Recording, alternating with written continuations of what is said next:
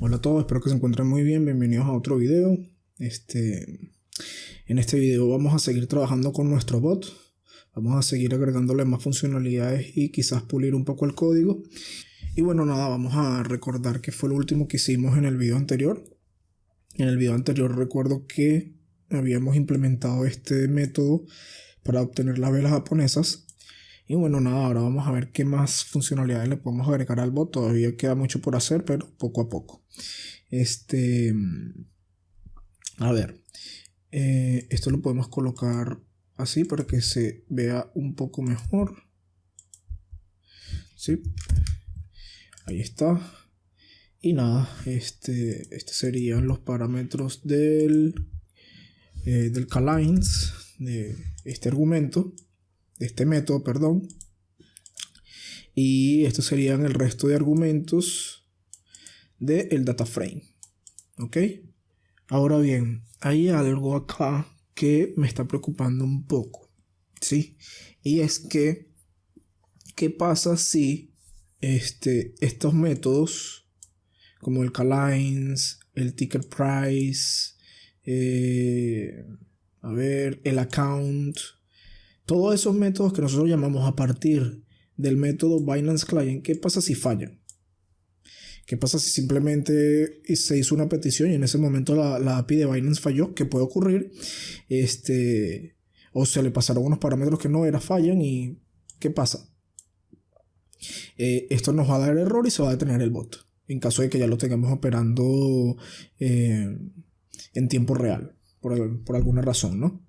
Eso va a fallar y se va a detener el bot y no es algo que queremos que ocurra. Nosotros debemos controlar todos esos errores, ¿sí?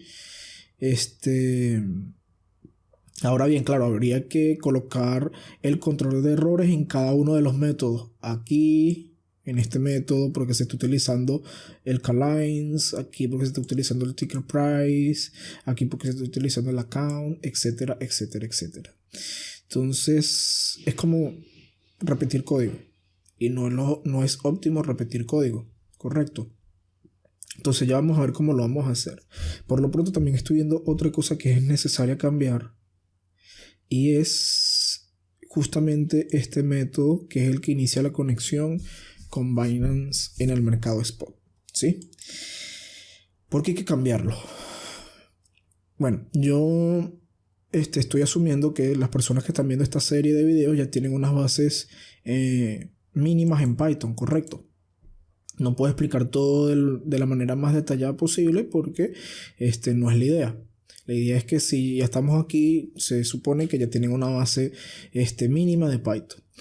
Y si ven, cuando nosotros hacemos este método, llamamos a este método Binance Client, él devuelve un objeto y ese objeto es el objeto spot. Y eso lo hace siempre para cada llamada que se haga. Aquí lo utilizamos. Intrínsecamente aquí lo estamos utilizando, aquí lo utilizamos y aquí lo utilizamos, correcto. Y eso lo que hace es devolvernos el objeto spot con las credenciales, pero siempre se está generando un objeto, vamos a decirlo entre comillas, nuevo. Siempre se está inicializando el objeto spot con las mismas credenciales. No tiene sentido que eso ocurra, porque lo que nosotros queremos es inicializar ese objeto una sola vez y luego empezar a utilizar todos sus métodos. No tenemos que inicializarlo siempre que se llame al método Binance Client. ¿Se entiende? Porque cada vez que nosotros ya hacemos esto, estamos inicializando un nuevo objeto y ese objeto es lo que estamos devolviendo. Y eso es lo que ocurre cada vez que llamamos al método Binance Client, ¿sí? Se inicializa el objeto, se devuelve el objeto cuando se llama Binance Client. Hago hincapié para que se entienda. Entonces nosotros no queremos generar un nuevo objeto siempre que se llama Binance Client, porque el objeto siempre va a ser el mismo, siempre va a ser el mismo objeto spot con las mismas credenciales. Entonces no tiene sentido que siempre generemos uno nuevo cuando es el mismo objeto. Entonces voy a borrar esto, voy a copiar esto primero, voy a borrar esto porque no tiene sentido tener ese método y lo voy a colocar acá como un método, como un atributo de clase. Y voy a colocar que va a ser Binance Client. Lo mismo, Binance Client, pero ahora sí. Ya esto no lleva el self, porque ya no son atributos de instancias, sino de clases, que son los que tenemos aquí. Y este señor que está acá, hay que importarlo. ¿Ok? Bueno, ya estaba importado, pero PyCharm cuando vio que borré las referencias, borró la importación, pero ya estaba importado antes. Entonces, listo. Fíjense que aquí, cuando nosotros llamamos la clase Robot Binance, él va a inicializar este objeto que está aquí, y lo va a guardar en Binance Client, y ya, no lo vuelve a hacer más nunca, porque ya nosotros vamos a tener el objeto guardado en Binance Client y no lo vuelve a inicializar cada vez que llamamos al objeto Binance, al atributo Binance Client. ¿Se entiende? Entonces aquí ya esto no es un método, ya no hace falta los paréntesis. Lo mismo aquí. ¿Sí? Aquí no hay un error porque le coloqué una S y ya. ¿Sí? Entonces vamos a correr para ver si todo está funcionando. Y ahí está. Perfecto. ¿Sí?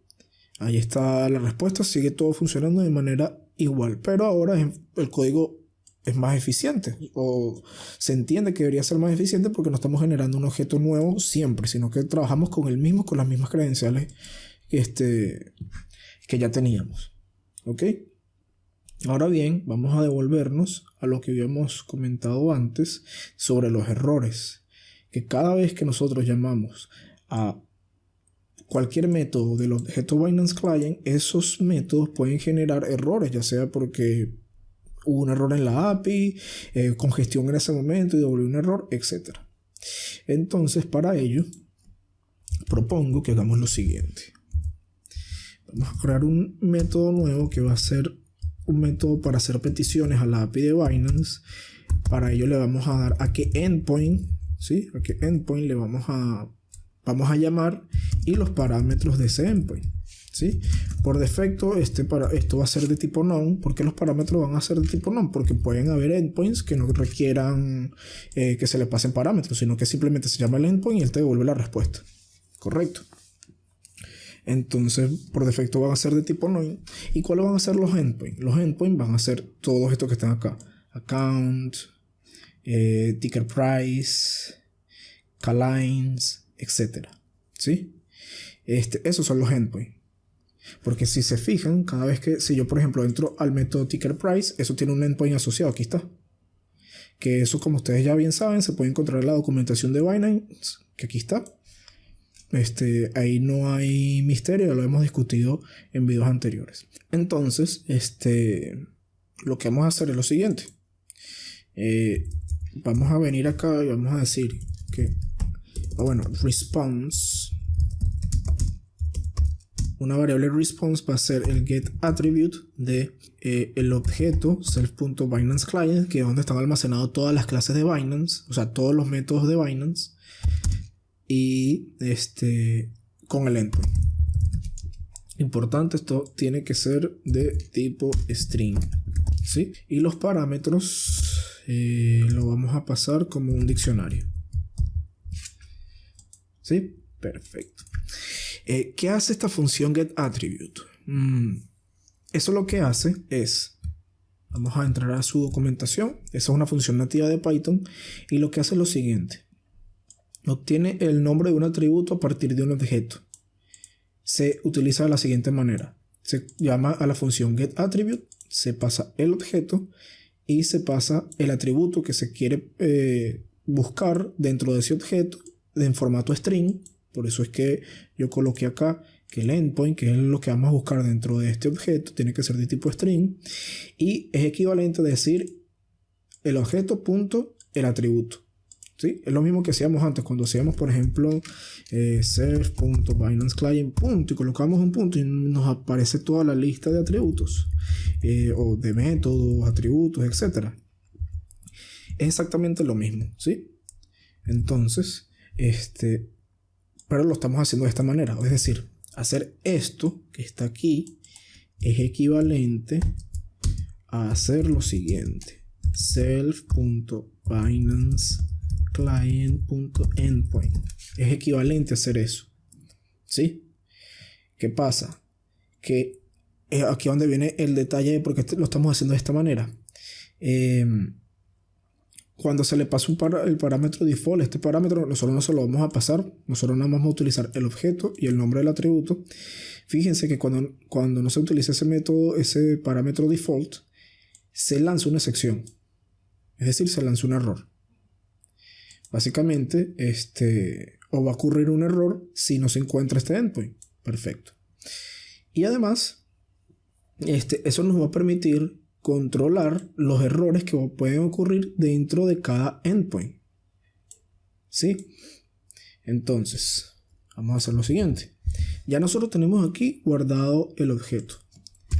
Y ahora lo que vamos a hacer es decir, devuélveme response, ¿sí? Parámetros is none. Si no, me devuelve response parámetros. ¿Ok? Espero que se entienda. Esto no tiene... si ya tienen un poco conocimiento de Python no debería tener mayor inconveniente, pero vamos a detallarlo. Vamos a hacerlo, si quieren, vamos a hacerlo aquí.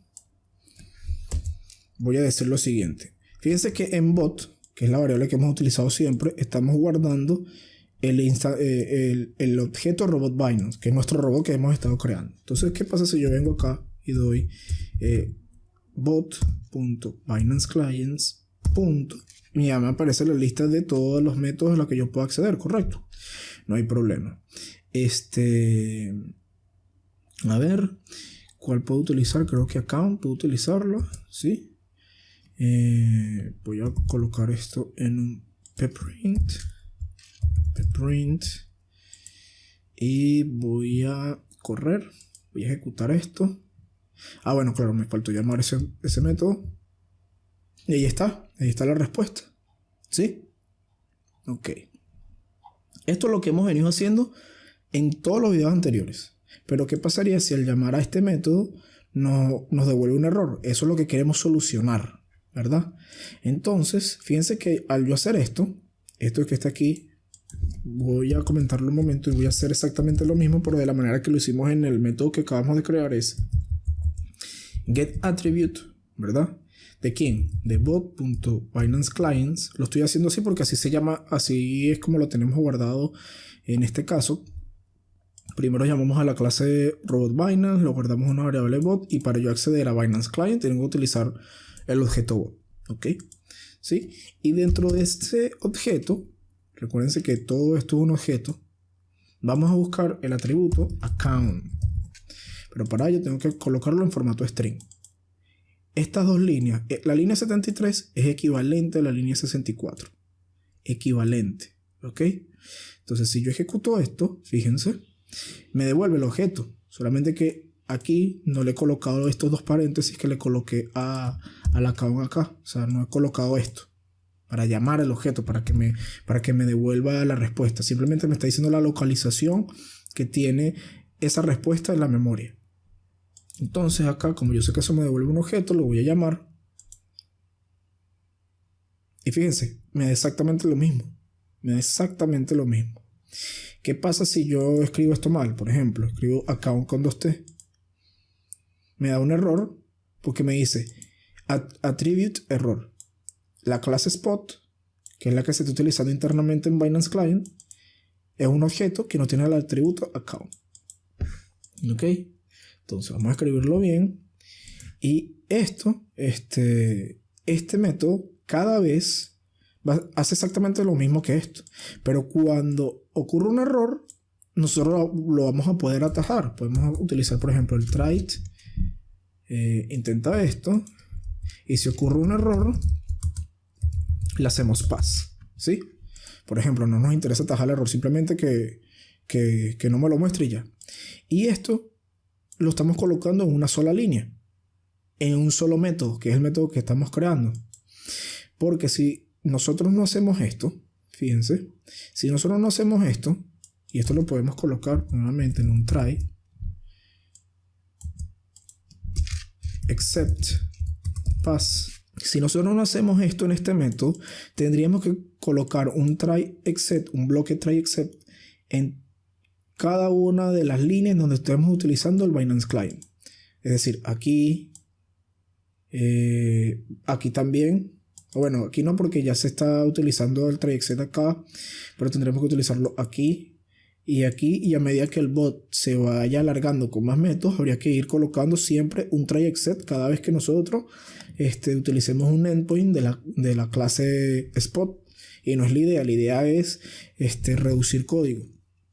Correcto, entonces con esta función estamos utilizando un solo bloque try except, estamos atajando la respuesta que nos da al buscar el endpoint dentro de la clase Binance Client, y si no ocurre ningún error, él se va a venir al return. El return funciona como un break, ¿sí?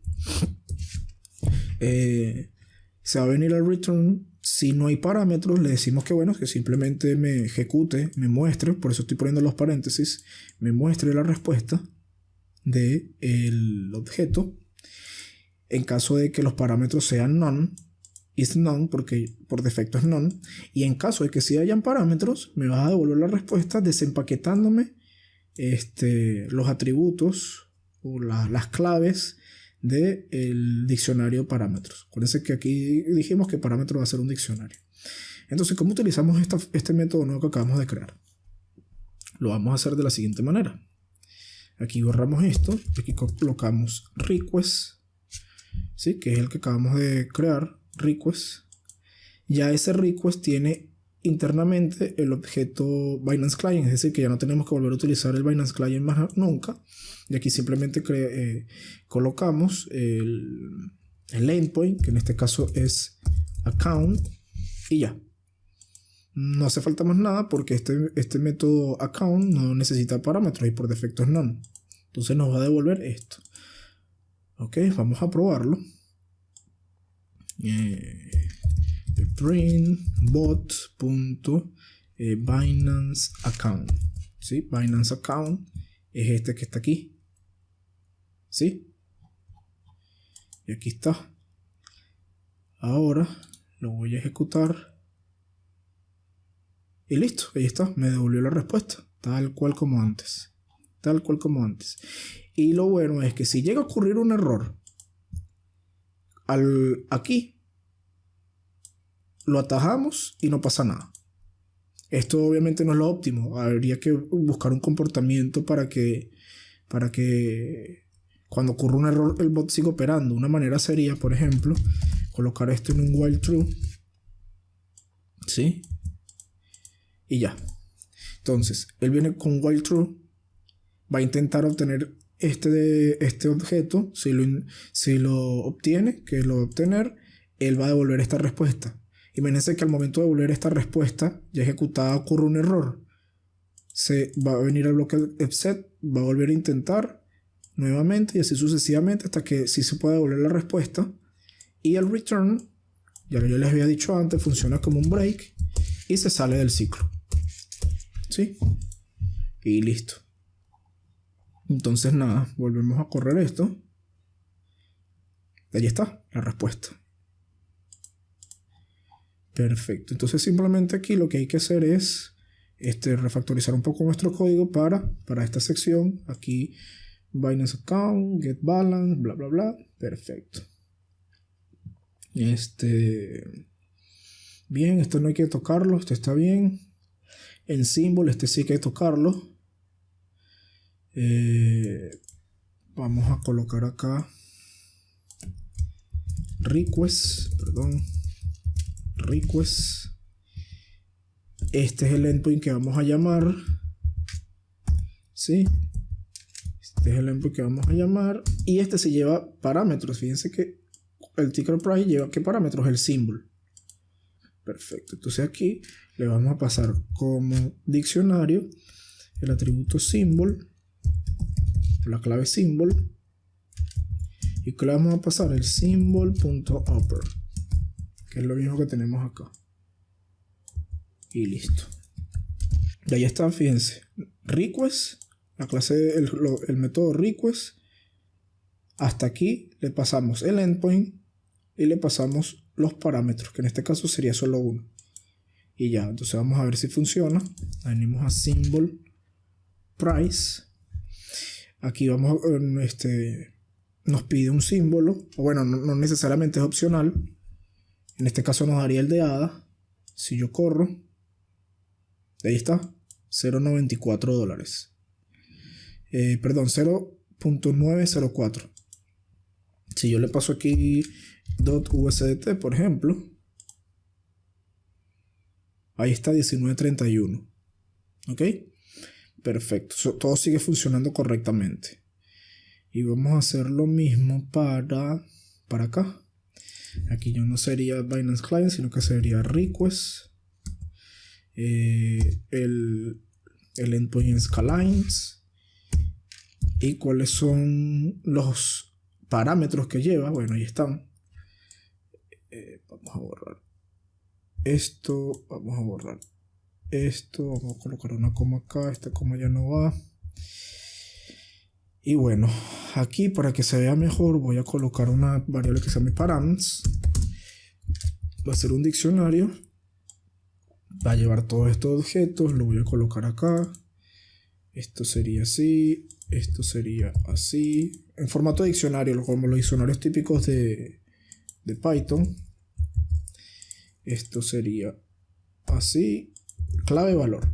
Esto sería así. Perfecto. Ahí está. Aquí, bueno, aquí voy a colocar params. ¿Sí? Entonces, listo. Voy a colocar esto así. Voy a colocar esto así. Y listo. Esto lo subo. Y ahí está. Sí, entonces, fíjense. Tenemos en un diccionario, creamos un diccionario aparte, para no meter todo ese diccionario acá. Creamos un diccionario aparte, donde está symbol, interval y limit, con sus claves. Luego, en la variable candle, que era lo mismo que estamos haciendo antes, estamos creando un data frame. Estamos utilizando el self.request, que es el método que creamos antes. Le estamos pasando el endpoint, le estamos pasando los parámetros. Hasta aquí termina el request. Desde este paréntesis azul termina el request. Y luego continuamos con los demás del data frame. Los nombres de las columnas, el tipo de datos de las columnas, y devolvemos lo mismo. Vamos a ver si sigue funcionando. Que sería candlesticks. Esto ya no llevaría nada acá, porque le estamos pidiendo 50 velas. Corremos. Y ahí está. Están las mismas velas. ¿Sí? La misma respuesta. Sé que puede ser difícil de entender al principio, pero créanme que es mucho mejor, porque así no tenemos que colocar este bloque try_except en cada una de las clases, porque ya lo estamos controlando solo en esta clase. Esta clase se encarga primero de hacer la petición del endpoint, de devolverme la respuesta, y ya sea sin parámetros o con parámetros, y en caso de que ocurra un error lo estamos atajando acá y ya. Y lo va a seguir solicitando hasta que pueda obtener una respuesta. Por eso estamos utilizando un while true. Y listo, ya nuestros demás nuestros demás métodos quedan completamente, digamos, indiferentes de si ocurre un error o no, porque nunca llegará acá. Bueno, esto obviamente no es óptimo, habría que loguearlo, o sea, con un login, para ver cuando ocurren ciertos errores, para tenerlos atajados, etc. Pero bueno, eso poco a poco. Por los momentos, este sería lo mejor que hemos podido agregar a la clase, así mismo como también acomodamos la declaración de la clase spot, ¿sí? Para que sea más óptimo, y por lo tanto ahora nuestro código está siendo mucho más óptimo. A ver qué más. Y bueno, este video lo voy a dejar acá. Después de este voy a subir otro inmediatamente para que vayamos avanzando lo más rápido posible, pero estos cambios había que hacerlos. Tarde o temprano había que hacerlos, porque si no lo hacíamos y colocábamos el bot a operar, nos íbamos a dar cuenta que se iba a detener por errores, porque no estamos atajando los errores, etcétera, etcétera. Ya con ese cambio no va a pasar. No va a pasar. Lo importante es también conocer esta clase, esta función nativa de Python. Esta es una función nativa de Python, y ver cómo funciona. Y en caso de que ustedes no sepan, simplemente entran a la documentación y ven cómo funciona. Es equivalente, aquí lo dice, es equivalente a hacer el objeto punto el atributo. Hacer esto. ¿Sí? Entonces nada, lo dejamos hasta aquí, y en el siguiente video agregaremos más funcionalidades interesantes al bot.